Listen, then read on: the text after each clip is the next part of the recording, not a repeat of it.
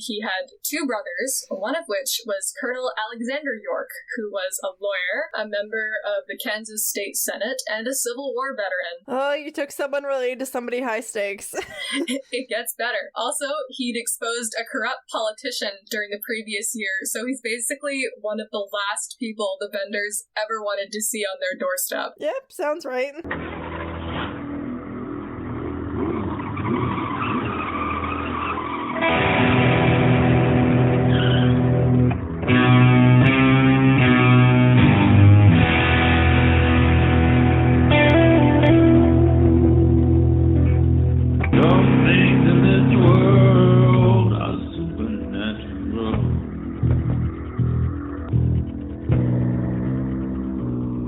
My name is KJ, and you're listening to the Supernatural Opinions podcast, where some things in this world are supernatural. My pronouns are she, they, and this is the podcast where I talk to my fellow Supernatural fans about Supernatural, and we share our Supernatural opinions. Today we're recapping Season 1, Episode 15, The Benders, which originally aired on February 13th, 2006, and here to help me do that are my guests of the week, Meredith and Jaden. So Meredith, can you introduce yourself?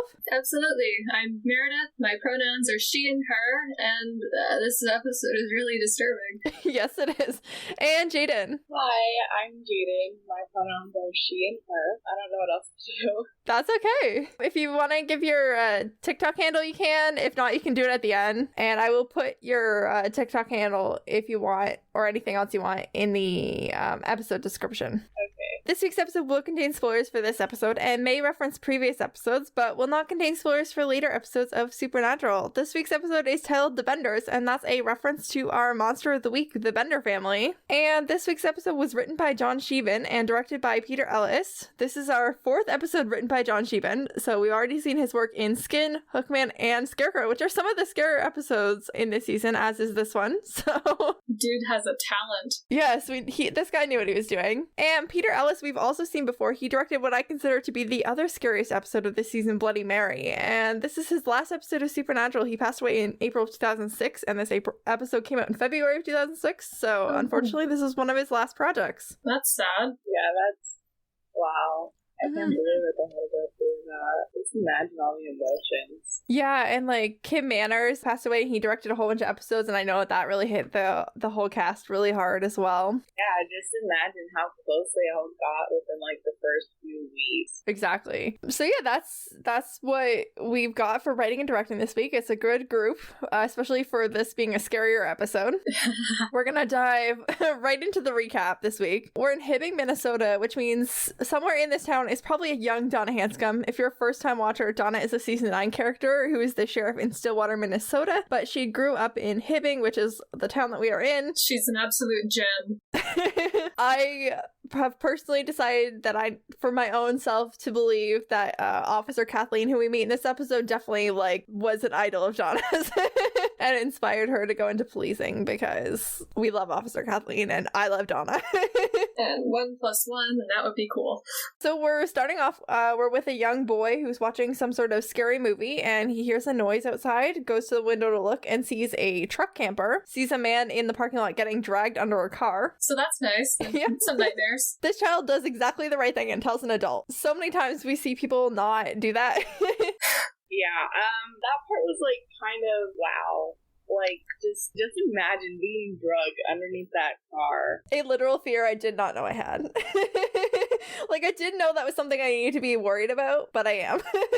Yeah, I'm like, I'm never gonna own a car again. If you survive. A week goes by and no one finds this poor man. But I was distracted because Sam and Dean have arrived in town, and they don't just have police coats and badges, but also the hats. The police hats. I'm like, who is their supplier of police outfits? Because that person knew what they were doing. Yeah, they got some official looking stuff. Sam and Dean are pretending to be state police, and they ask Evan about what he saw. Evan's the kid. Evan was was watching Godzilla vs. Mothra, which is apparently Dean's favorite Godzilla, and Sam's is the remake. And I just Google things sometimes. I assume that this is either Godzilla Final Wars, which came out in 2004, which was the most recent Godzilla at the time that this episode was written, or the Roland Emmerich 1998 film Godzilla, which would have been the most recent Godzilla remake before Sam went to Stanford in 1999. Either way, Evan's disgusted. There are so many Godzilla movies. I didn't realize how many until I was on the Wikipedia page trying to figure out which one was the remake. Yeah, there is way too many Godzilla movies, but I just can't believe that Sam's favorite is the remake. It's crazy. Well, the Godzilla movies that I know are the ones that came out long after this episode of Supernatural, which was the ones that were made in the 2010s. There was a bunch of Godzillas and Godzilla sequels made in the 2010s. Yeah, I've seen those. Anyway, just kaijus aren't really my thing, I guess. I just thought it was funny how disgusted this child was. How could you darken my doorstep, you heathen? The fact that kid was so disgusted over Sam's opinion of the Godzilla movies is phenomenal. The way that he reacted to it was great. Yeah, honestly. He's gonna do some great things in life. That kid's gonna be a film buff for sure. Yeah, the original, I think Godzilla vs. Mothra, I looked it up when it came out. It was the 1960 somethings. It was an old movie. Sam and Dean head to a bar. They're not sure if this is a gig. It looks and sounds like a kidnapping, except that John has made a note in his journal about the area, and apparently this county has more kidnappings than anywhere else in the state. St. Louis County, what is your problem? Why are Sam and Dean the ones fixing this? Where is all the other people? Plot?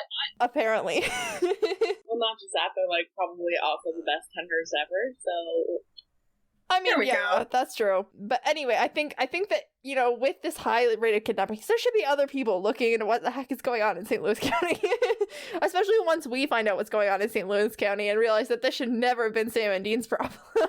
Maybe these are just the only people we hear about. Yeah. Apparently something called a phantom attacker exists, and it usually snatches people from their beds. And once again, I'm asking the writers of this show, I literally cannot be more clear about this. Stop mentioning cooler supernatural creatures in passing and then not showing them to me ever. Just stop doing that.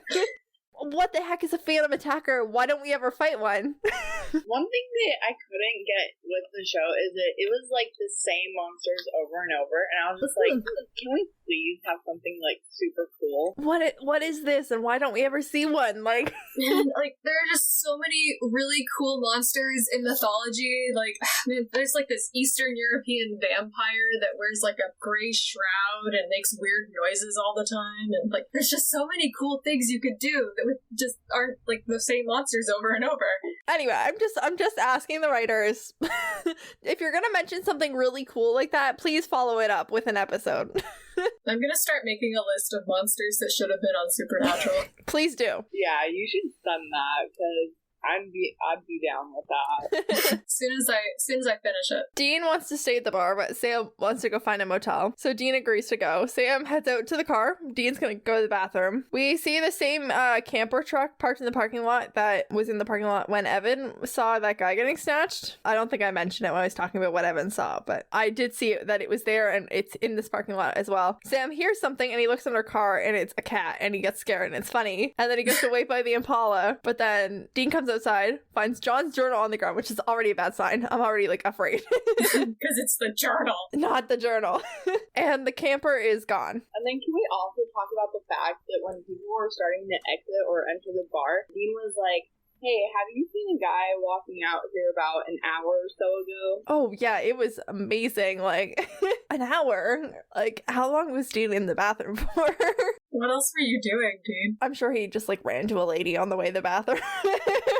But, yeah, Dean, he notices that there's a security camera pointed at the road, and then I'm not sure if this was the writers or Peter Ellis is directing or adapting Joyce, but Dean, stumbles into the empty road, and then, barely above a whisper just goes, Sam? He could have yelled it, and we would have got the urgency and concern, but, with the whispering, we got all of that, plus just, helplessly lost. Alright, great emotions. Yes.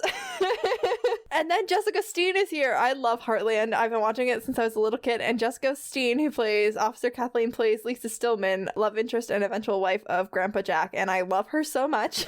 Nice. She's pretty cool here. Yeah, she's killing the dark hair. In Heartland, she's got light hair. She's a brunette here. She looks great. I love Officer Kathleen. My crush on Officer Kathleen becomes very apparent over the course of these notes. Dean is pretending to be an Officer Washington, which is, I think, the same name that he gave Evan, but he tells Officer Kathleen that Sam is his cousin and he's gone missing, and this is the only time in the entire show where someone hears the name Winchester and connects it to the rifle. Seems like an oversight. I mean, yeah. But it's just weird that no one else ever connects the name Winchester to the rifle, like, again, especially because the writers make jokes about it later, like, in the season 4 episode, like, Smith & Wesson is another brand name, and, like, when Sam and Dean have, like, fake AU names, it's Sam Wesson and Dean Smith. I think when we meet Jo, she was threatening Dean with a Winchester. I think so too. Anyway, no one ever mentions that again, so that's fun. Good on you, Officer Kathleen. And she puts Sam's name into her like computer system, and both the Winchester brothers come up. And I want to talk about what's in these because some of this information is incorrect. Specifically Dean's, but all Sam says is that he was born May 2nd, 1983 in Lawrence, Kansas. He's 6'4", 180 to 190 pounds, brown hair, brown eyes, no tattoos. Nothing we didn't already know. Some of Dean's information, therefore, is wrong. Like the fact that it says he's 6'4". He's also 6'4", which means that he and Sam are the same height in the system, which is incorrect. You can tell by looking at them that they're not the same height. Also, Jensen just isn't 6'4", so... But Dean says that he was born in Lawrence, Kansas on January 24th, 1979. As per scan, he died on March 7th, 2006 in St. Louis, Missouri. Prime suspect, multiple homicide investigation. Listed as having brown hair, green eyes, also 6'4" and 175 pounds, also no tattoos. And so I'm like, why? Somebody's lying here. But then I thought, Sam, his information's in the system because he was arrested and questioned. Dean's information came from the shapeshifter that was killed in that episode. And if I was a shapeshifter, why not make myself 3 inches taller?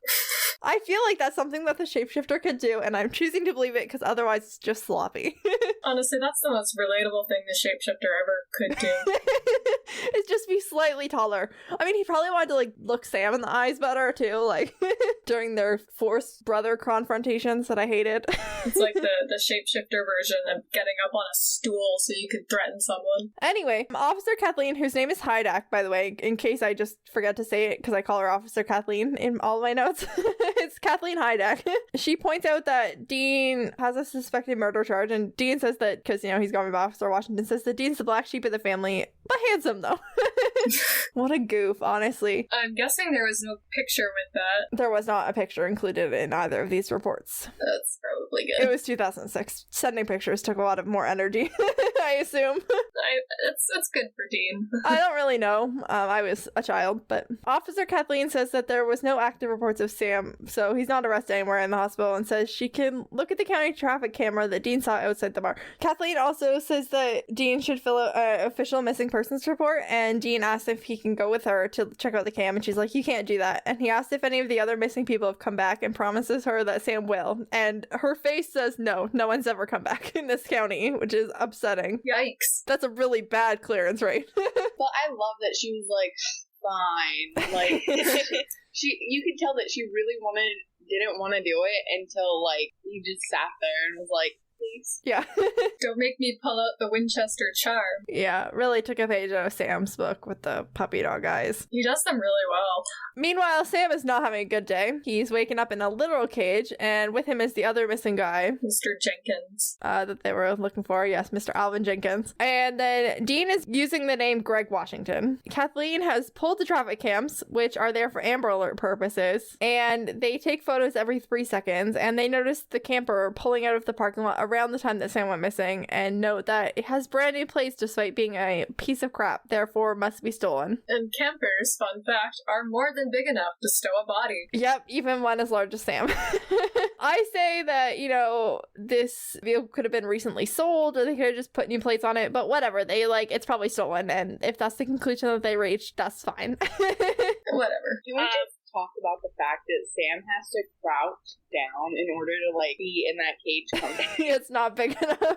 Yeah, it's not big enough for him. Poor guy. It's like, please, I'm a caged tiger. He spends a couple days in there too. It can't be comfortable. Like, he can't stretch out all the way. His back's probably super sore by the end of this.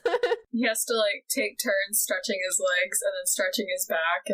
And, and then while they're talking about these pictures of the camper van, a different van drives by and it makes a very terrible noise, not unlike the one that Evan the Godzilla snob describes. And Dean says, "I'll be damned." And that's important. It's important that he says that. screeching noise. Sam is not having much luck getting out of his cage, but his efforts have woken up his fellow captive, Alvin Jenkins. And Sam says he was looking for him, and Alvin says that this is a pretty piss poor rescue. He's justified, I think. Justified, but like also like Alvin could be a little bit more optimistic here. Sam asks what grabbed them, and Alvin